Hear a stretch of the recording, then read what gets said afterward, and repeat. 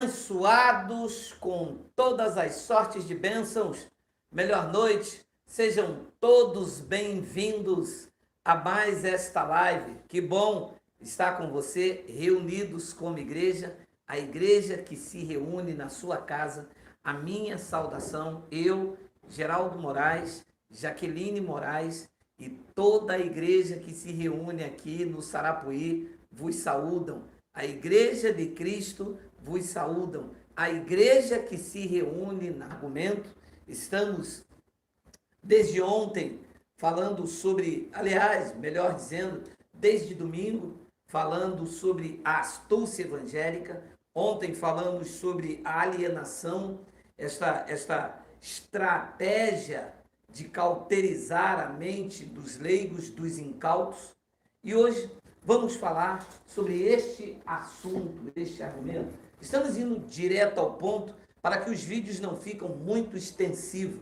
Já basta segunda-feira, aquela pregação extensiva, e nós estamos querendo diminuir o tempo quando se trata apenas de um argumento que a gente pode tratar sem a exposição de muitos versículos, haja visto que tudo já está gravado na nossa mente de Cristo. Bom, o tema já aparece aí. Graça de Cristo, o terror dos lobos vorazes. A graça de Cristo é o maior terror dos lobos vorazes. Foi assim que Paulo identificou a turma que entraria dentro do contexto igreja e não pouparia o rebanho. Foi a terminologia que Lucas arrumou para definir o povo. Haja visto que nós não fazemos parte de nenhum rebanho. É que Lucas, na sua convivência com Jesus de Nazaré e os demais discípulos, usava ainda esta terminologia quando escreveu o livro de Atos. Leia, eu sei, disse, pelo menos foi o que Lucas acreditou que foi Paulo, quando reuniu a igreja em Éfeso. Eu sei que depois da minha partida, entre vós penetrarão lobos vorazes. Só um minuto, deixa eu colocar aqui o meu microfone, que parece que não está aparecendo muito bem. Peraí, deixa eu fazer benção. Eu sei, disse Paulo, segundo Lucas, eram expressões de Paulo, quando ele reuniu a igreja, os irmãos, os presbíteros em Éfeso. Eu sei que depois da minha partida, entre vós penetrarão lobos vorazes que não pouparão o rebanho. Lobo vorazes. Quando é que os lobos vorazes iriam entrar no meio da comunidade? Quando Paulo, com a sua doutrina fundamentalista, Paulo colocou o fundamento da igreja. O evangelho estava em curso nos dias de Paulo. Paulo estava trazendo o fundamento, a base para a conduta cristã. Paulo disse: se eu sair, e eu tenho que sair, o que vai acontecer? Lobos vorazes penetrarão no meio de vocês, que não pouparão o rebanho. Versículo de número 30. E que dentre vós mesmos, uma vez que o lobo entra, claro que Paulo não estava falando de um lobinho, né? Paulo estava falando, estava dando, fazendo, usando esta metáfora para o cão guloso, para aquele que não prega a sã doutrina, para aquele que não tem nas suas reuniões a base das epístolas de Paulo. Paulo diz: e que dentre vós mesmos se levantarão homens falando coisas pervertidas para arrastar os discípulos atrás deles. Homens falando coisas pervertidas. Abençoados, se você prestar atenção, a base evangélica da sua homilia não é o evangelho da graça de Cristo. E um alopradinho que entrou ontem nos comentários disse: então a verdade começou a ser pregada agora por você? Não. A verdade começou a ser pregada por Paulo, por Timóteo, começou a ser pregada por Silvano, começou a ser pregado, alopradinho, pelo teu pastor.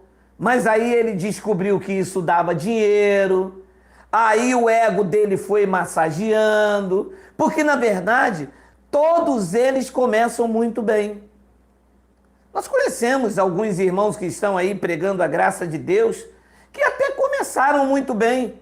Mas aí tem línguas estranhas, cair pelo poder de Deus, ordenação pastoral que não há nenhuma base na lei, nem passa perto das epístolas de Paulo. Se você pega o que Paulo disse como base para a construção da igreja na primeira era cristã, não tem essas coisas que tem dentro da igreja. Nem os que dizem que se prega a graça. Aonde foi que Paulo fez uma oração por alguém impondo as mãos e a pessoa caiu pelo poder de Deus? Ora, se fosse o poder de Deus, caía quem ora e quem não cai, porque não é o poder de Deus. Então essas coisas são homens pervertidos com o intuito de arrastar discípulos atrás deles, forçando a manifestação do Espírito Santo, quando na verdade isto é carne pura, tentando o status que não consegue entre os que têm a mente madura. Esse tipo de mover, essas coisas de eu vi um anjo, o Espírito Santo está me revelando que tem alguém aqui. Meus amados, nós corremos disso do sistema. Essa coisa de, eis que eu vos digo, lebraçou de labanaia, nacacê, palapalaia. Nós corremos disto. Ei, alô? Deus não fala em línguas estranhas que o sistema diz. Deus fala no teu idioma. Quando o anjo foi a Maria, falou no idioma de Maria. Quando Deus se manifestou a Moisés na sarça ardente, falou na língua de Moisés. Quando ele se manifestou a Paulo, falou em língua hebraica. Não existe esse negócio de labanaia. Isto aqui são lobos vorazes.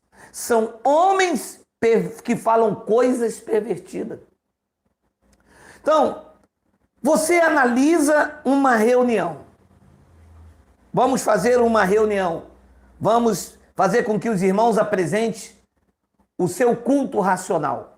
Qual deve ser a base de homilia? O Evangelho da Graça de Cristo.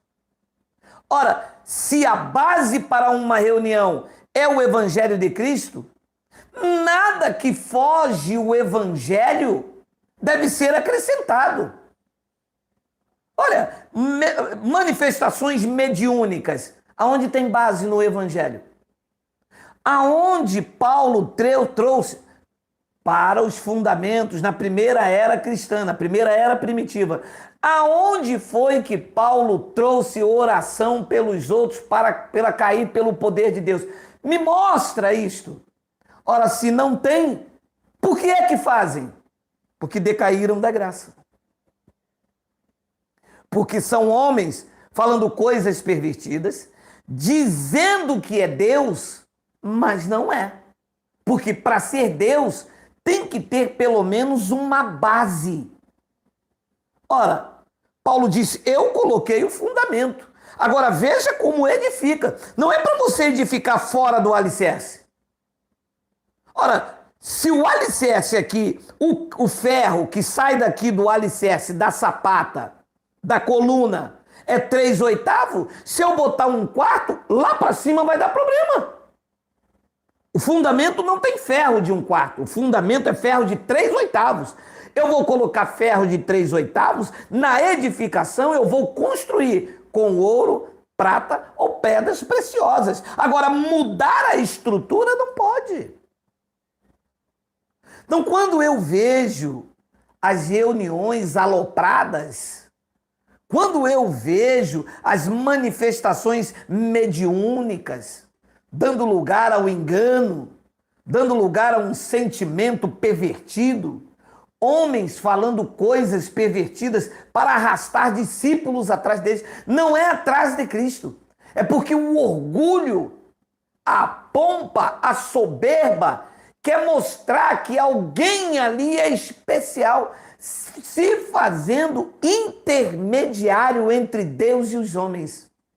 E o gado, porque quem gosta dessas coisas é o gado. O gado adora, porque eles vão a essas reuniões, quem vão ler a mão, quem vai a cartomante. E debaixo desta manifestação mediúnica, igual a feiticeira de Endor. Ih, mas Saul pensou, esta mulher tem o poder de Deus, mas lava a sunga no que suco. Mas que suco de quê? Ah, lava a sunga no que suco de uva. Quem lava sunga no que suco de uva, meu amado? Isso não tem no Evangelho. Lava sunga no que suco de uva não tem no Evangelho. Isto é feitiçaria. Isto é obra da carne. Então fica aqui um alerta.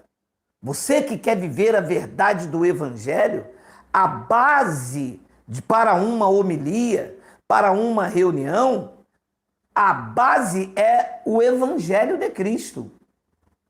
Com aquilo que nós pregamos, com os olhos iluminados, para entender o que é o contexto histórico, contexto cultural, respeitando a ação verbal, sabendo o que é circunstancial e transcendental. Pronto, meu amado, você é um mestre da palavra. Quando qualquer um tentar aplicar alguma coisa, você examina, está dentro do contexto histórico, analisa, não é para mim. Está dentro de um contexto cultural, era a cultura dos judeus, não é para mim. E a ação do verbo? O verbo no momento da escrita está onde? Está no passado, no presente, no futuro? A frase está no pretérito? Mas o que se fazem esses homens falando coisas pervertidas? Eles procuram a leitura da antiga aliança, massageia o ego dos incautos, tá? E as pessoas tudo de mão para o alto, esperando que aqui o detentor dos mistérios revelados lance sobre eles uma palavra. E aonde está esta palavra? Ora, foi Paulo que disse que ela não está longe, ela está na tua boca, ela está no teu coração. E o que é que fazem? Vão alienando com astúcia. Eles vão pegando frases do textos dos antigos, da leitura do antigo pacto e aplicando na vida dos alienados. E os aloprados vão se vendo como o próprio Deus. Vai se vendo o próprio Deus. Para quem tem a mente cauterizada, mas quem tem os olhos iluminados, mas identifica na hora carne pura, manifestações mediúnica. Neste pacto, o Senhor não manda dizer. Esse pacto, Deus não fala, eis aí minha serva, porque já não somos mais escravos, somos livres. Neste pacto, todos nós estamos reconciliados com Cristo. Deus não precisa usar ninguém para me trazer uma mensagem. Deus fala diretamente comigo, contigo. Pode acontecer de numa expressão, sem eu te conhecer, sem eu te ver, sem você estar presente, eu falar algo aqui, testificar e você receber isso da parte de Deus, mas nunca para trazer glória para a minha vida, porque neste pacto não há lugar para a glória de homens, não há lugar para nariz em pé, para a soberba. A honra e a glória pertencem ao cabeça que é Cristo. E ponto final. Então, qual é a nossa responsabilidade?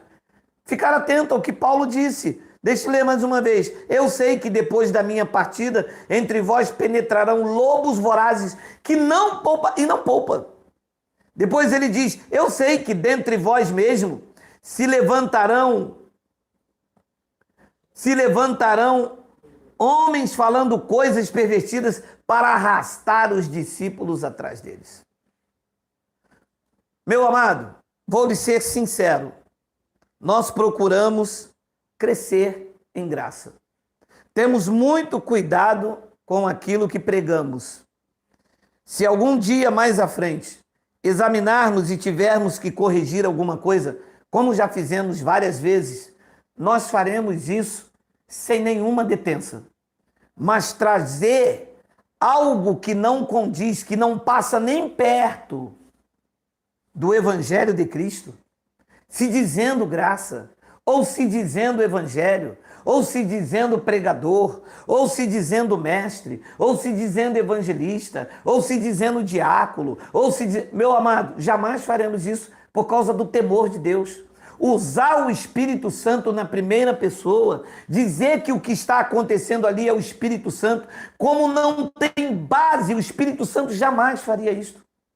O Espírito Santo jamais reuniria alguém dentro de um local e a pessoa caída ali, deitada, se expondo a uma vergonha e todo mundo louvando, cantando. O que aconteceu com ela? Ela caiu pelo poder de Deus. Ouça aí, ouça aí, ouça aí, ouça aí, ouça. O Espírito Santo não derruba ninguém no meio das outras. O Espírito Santo não é para derrubar.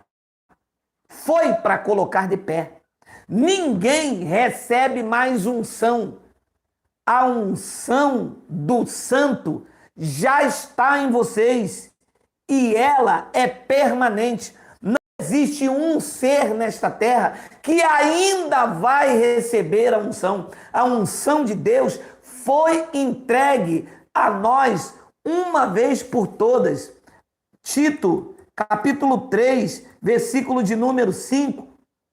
Olha isso aí. Não por obras de justiça praticada por nós, mas segundo a sua misericórdia, ele nos salvou mediante o lavar e regenerador do Espírito Santo. Leia, que ele derramará.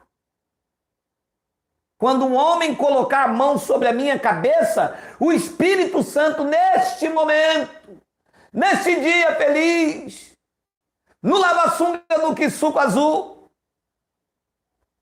Não. Diz que ele derramou. Ele não derramará. O Espírito Santo não está aqui dizendo, vai para a igreja hoje, que hoje você vai receber uma unção. Alô, alô, nós temos a unção que vem do santo. Não é de homens. Homens não são intermediários nesse pacto para dar unção a ninguém.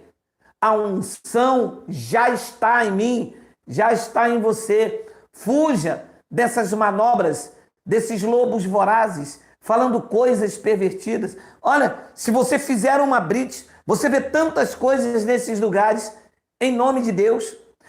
Falta temor para usar Deus na primeira pessoa e dizer, Deus está mandando dizer. Outros dizem, o Espírito Santo está mandando dizer. Está mandando dizer um cuscuz. O Espírito Santo jamais mandaria dizer o que essas pessoas fazem nessas reuniões.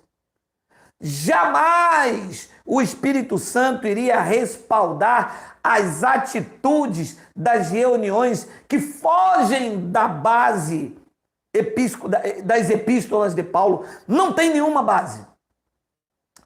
Não há nenhuma base no Evangelho para fazer campanha. Não tem. Não tem. Não tem nenhuma base no Evangelho para fazer oração de cair pelo poder de Deus. Não tem. Daniel, João na ilha de Patmos, esses homens eram judeus e eles acreditavam que quando o anjo vinha, esta visão levava eles a êxtases. Eram judeus com esse costume, com essas expectativas, e que a igreja evangélica e que a igreja que pensa que está em graça adotam este fermento legalista para atrair discípulos após si. Não é isso. No evangelho não tem respaldo. Não há um respaldo. Paulo, quando fala de imposição a Timóteo, já explicamos aqui várias vezes, Paulo, junto com Timóteo, tinha vários rudimentos. Já cansamos de falar isso. A começar que Timóteo foi circuncidado por Paulo. Depois Timóteo Paulo manda Timóteo considerar viúva com mais de 60 anos e que ela lavasse os pés dos irmãos, uma tradição totalmente judaica. Depois Paulo impõe nas mãos de Timóteo por meio do presbitério. Isto era um costume da igreja do primeiro século, assim como Paulo estava lá na igreja em Antioquia. Não existe nada na maturidade do evangelho que respalde determinadas atitudes na igreja evangélica de um modo em geral. As práticas não condiz com o evangelho de Paulo. Não condiz. Claro, estamos entendendo que a pregação de Paulo para aqueles dias faltava ainda o ápice e que Paulo não viu. Faltava ainda o ápice, faltava remover o primeiro para estabelecer o segundo. Frases de Paulo e que ele não vivenciou isso, porque foi decapitado antes. Ele não viveu o ápice da revelação, ele viveu um pacto cruzado, ele viveu ainda aquilo mesclado, lei e graça, ele viveu ainda lutando para estabelecer e ver. Ele disse em Roma, a ardente expectativa dos filhos da luz, aguarda a revelação dos filhos de Deus, a ardente expectativa da criação. Estavam todos debaixo de uma grande expectativa quando o Filho do Homem viesse e naquele ato sobrenatural, que não era físico, iria trazer vários benefícios. Julgar a Israel, estabelecer um novo pacto e resgatar os irmãos que estavam debaixo da morte de Ana. Fora isto, esse escravo de Jó, da cruz até 70, não tem uma maturidade perfeita do evangelho. Tem um evangelho em curso, batendo junto com a lei que estava chegando ao seu fim. E Paulo diz aos Hebreus, quando ele diz nova, torna antiquada a primeira, e aquilo que se torna antiquada está prestes, não havia desaparecido ainda, está prestes a desaparecer. A igreja precisa ainda quem vos ensine os oráculos de Deus. E os pregadores da graça de Deus estão surgindo aí. Este canal tem sido um terror para eles. Por quê? Como o tema diz, graça, o terror do lobo. Eles nunca entenderam isso. Eles nunca passaram pela mente dele, eles sempre pensaram que Paulo pregava a graça 100%, não sabiam que Paulo estava vivendo um pacto cruzado. Nunca entenderam esta manifestação, que a graça seria estabelecida em 70 DC e aí definitivamente ela seria livre. A nova Jerusalém adornada não seria mais a Jerusalém, que esta que está aí, está constituída pela ONU. A Jerusalém, Paulo disse, é a mãe de todos, é lá do céu, livre. Aqui estava nos dias de Paulo, estava em escravidão com os seus filhos. Quando você apresenta este argumento, que o curso de teologia, que os apóstolos da nova era nunca pregaram, eles entram em colapso. Não, mas porque não pode, é porque Geraldo, é porque a gente bate nele. Bate nada, meu irmão. Não bate porque eu tenho um berimbau sinistro, tá entendendo? Sou negão, sou coisado. Entendeu? Como cuscuz com carne e queijo. Então fica difícil. Entendeu? Mas bate nada. Bate não, filho. Vocês não batem nem clara de ovo. Então, isso aqui é apresentação contra os falsos argumentos. Não há, fora da graça, que entende a escatologia consumada, e glória a Deus por isso, não há um pregador que tenha bases coerentes. Cada um de per si vão montando as suas aloprações. Você pode ver, o cara fala de Paulo, mas ele é apóstolo às nações. Ele fala de Paulo, mas ele fala em línguas. Ele fala de Paulo, mas ordena as pessoas, a pastora e a pastora. Ele fala de Paulo, mas ele faz oração pelo poder de Deus. Mas se ele fala de Paulo, como é que ele pratica as coisas que Paulo jamais aprovaria? E que não tem no contexto das epístolas de Paulo. Olha o que o apóstolo Paulo disse, e eu vou deixar como recado a esses aloprados. Segunda epístola de Paulo aos Tessalonicenses, capítulo 3, deixa eu ver se é o versículo 14. Sim, 14. Caso alguém não preste obediência à nossa palavra dada por esta epístola, Paulo chamou, escreveu aos Tessalonicenses e disse, olha, caso alguém não preste obediência à nossa palavra dada por esta epístola, notai-o, nem vos associeis com ele para que fique envergonhado. Então, aonde estão as bases do que eles apresentam como igreja em graça, como igreja evangélica, baseado nessa epístola, e eu acrescento nas demais epístolas de Paulo? Aonde estão as bases bíblicas, pelo menos bíblicas, fora da epístola de Paulo é bíblica, dentro da epístola de Paulo é graça, embora cruzada. Mas era uma graça que Paulo estava desenvolvendo para os seus irmãos naqueles dias, preparando-os para o evento que toda a cidade, toda Jerusalém estava aguardando. Aonde estão as bases para as campanhas nas epístolas de Paulo? Aonde estão as bases para consagrar pastor com óleo? Aonde estão as bases na epístola de Paulo para cair, é o culto do caicai, cair pelo poder de Deus? Veja, caso alguém não preste obediência à nossa palavra dada por esta epístola, notai-o, nem vos associei com eles para que fique envergonhado. 15.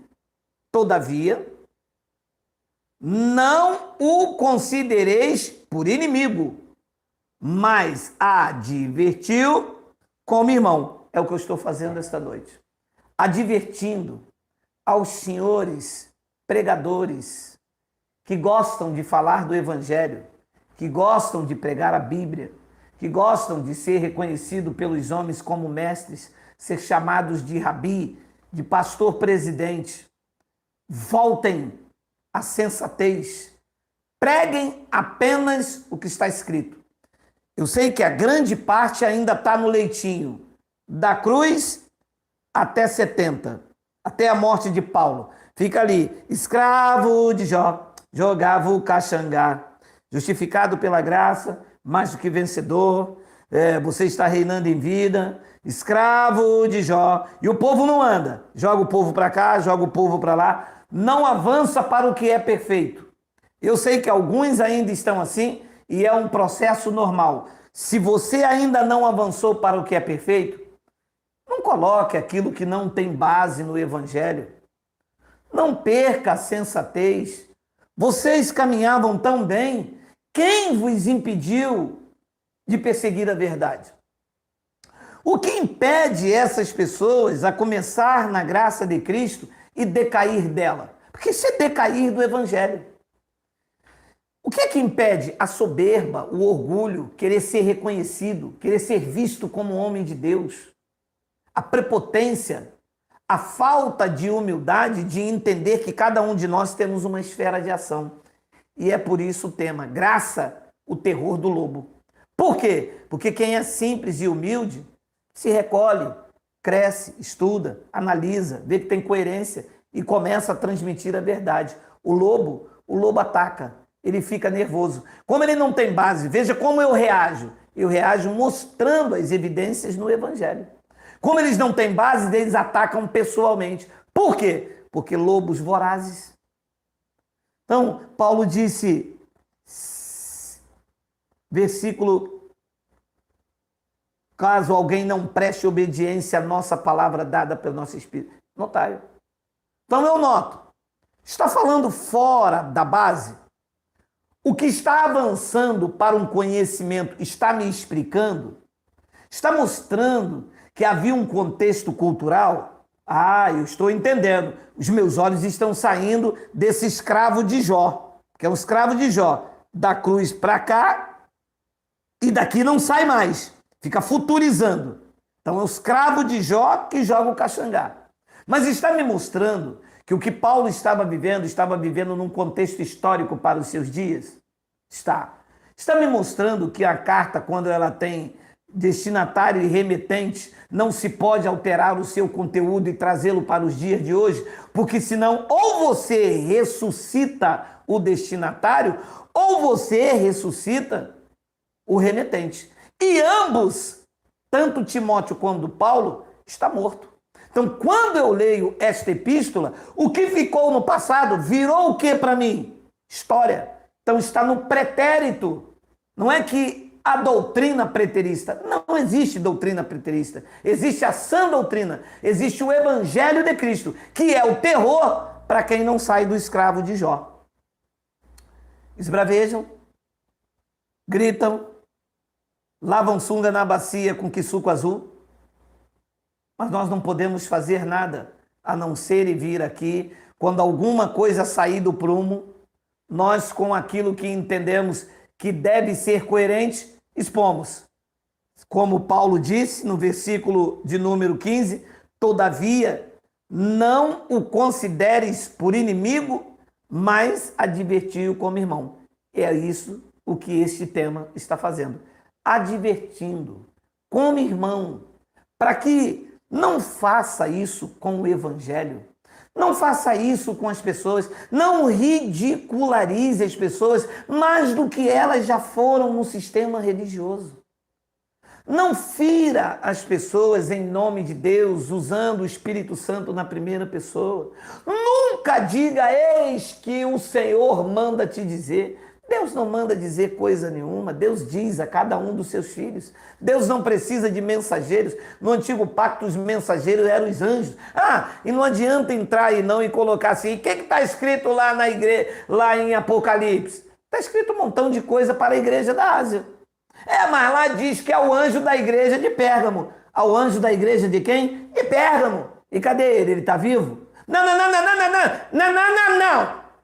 Faz isso não. Te mete aqui não. Vai levar no focinho, que aí eu bato logo na fuça. Você não está vendo que se você pegar as cartas que foram escritas à igreja de Éfeso, de Esmirna, de Tiatira, cadê os pastores da igreja de Esmirna? Está aí do teu lado? Está na tua casa? Está na tua igreja? Hein? Está. Então essa carta também já acabou. Virou história. Não, porque o Apocalipse, Deus manda dizer, está escrito aqui ao anjo da igreja. Ora, se está escrito ao anjo da igreja de Pérgamo, e o anjo da igreja de Pérgamo era um mensageiro, era um homem, e ele não está vivo, como que você está dizendo que o conteúdo desta carta, do anjo da igreja de Pérgamo, do homem, do pastor, do líder, não sei como é que você chama, está dizendo que parte daquilo ali é para mim, se é para ele e ele não está vivo, hein? É isso que eu falo, graça ao terror dos lobos. Porque quando eles vêm com os seus anéis, quando eles vêm com as suas teologias, quando ele vem com os seus graus, quando eles vêm com os seus bigode grosso, aqui no Rio de Janeiro tinha assim, cuidado com o moço, bigode grosso. Quando eles vêm com os seus bigode grosso, porque eu sou psicanalista, porque eu estudei, pode ter estudado, pode fazer o que você quiser. A maior sabedoria não é a tua psicologia, o teu bacharel em teologia. A maior sabedoria é a do Espírito Santo. E você tem que entender, se a carta foi escrita a Pérgamo, e o pastor de Pérgamo, ou o líder, ou o anjo, ou o mensageiro, ou o raio que o parta ele todo no lava-sunga do suco, não está vivo. Ora, se ele não está vivo, então, a não ser que o pastor de Pérgamo esteja por aí. Eu faço até um desafio. Se alguém encontrar o anjo da igreja de Pérgamo, eu tiro todos os vídeos do YouTube. Aí a graça deixa de ser um terror para vocês. Tem como achar? Não. Se não tem como achar, como que aquela carta é para mim? Então, abençoados, graça é isso aqui. É você fazer uma análise de tudo que se fala, de um contexto, ver se tem coerência e não entre debaixo disso. A sua vida pode estar correndo perigo. Lobos vorazes adentraram e se dizendo pregadores do evangelho, se dizendo pastores, líderes, se dizendo evangelistas, diáconos, se dizendo pregadores, apóstolos, Estão aí colocando o que não convém por soberba, orgulho, nariz em pé, e que na graça de Deus, meu irmão, não cabe. Na graça de Deus, a honra e a glória pertencem a Cristo. Eu vou terminar lendo para vocês Colossenses, capítulo de número 2, versículo de número 18. Isso é um clássico na graça de Deus. Ninguém quer dizer que você entende por quem? Por ninguém. Ninguém se faça árbitro contra vós outros. Sabe o que é um árbitro? Ser um juiz, se meter, intermediar, dizer assim, Deus está me dizendo, você vai fazer isso, senão sofre penalidade. Paulo disse, ninguém se faça árbitro contra vós outros, dizendo aos Colossenses, pretextando humildade, leia, culto dos anjos, baseando-se em visões, enfatuado, sem motivo algum, na sua mente carnal. Pare e pense. Se um homem se faz de árbitro, intermediário entre Deus e os homens, dizendo que Deus mandou me dizer para falar para você, você vai fazer isso. Se tornou um árbitro. Se um homem se faz um árbitro, dentro disso ele tem pretexto de humildade e faz culto aos anjos. O anjo vai te levar, o anjo vai te guardar, o anjo vai descer com uma bênção, o anjo hoje vai trazer a tua vitória.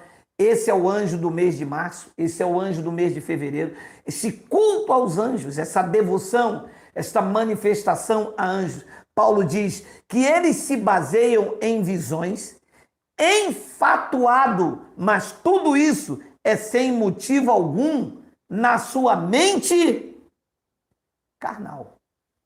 E nós não queremos ninguém nos guiando com mente de carne.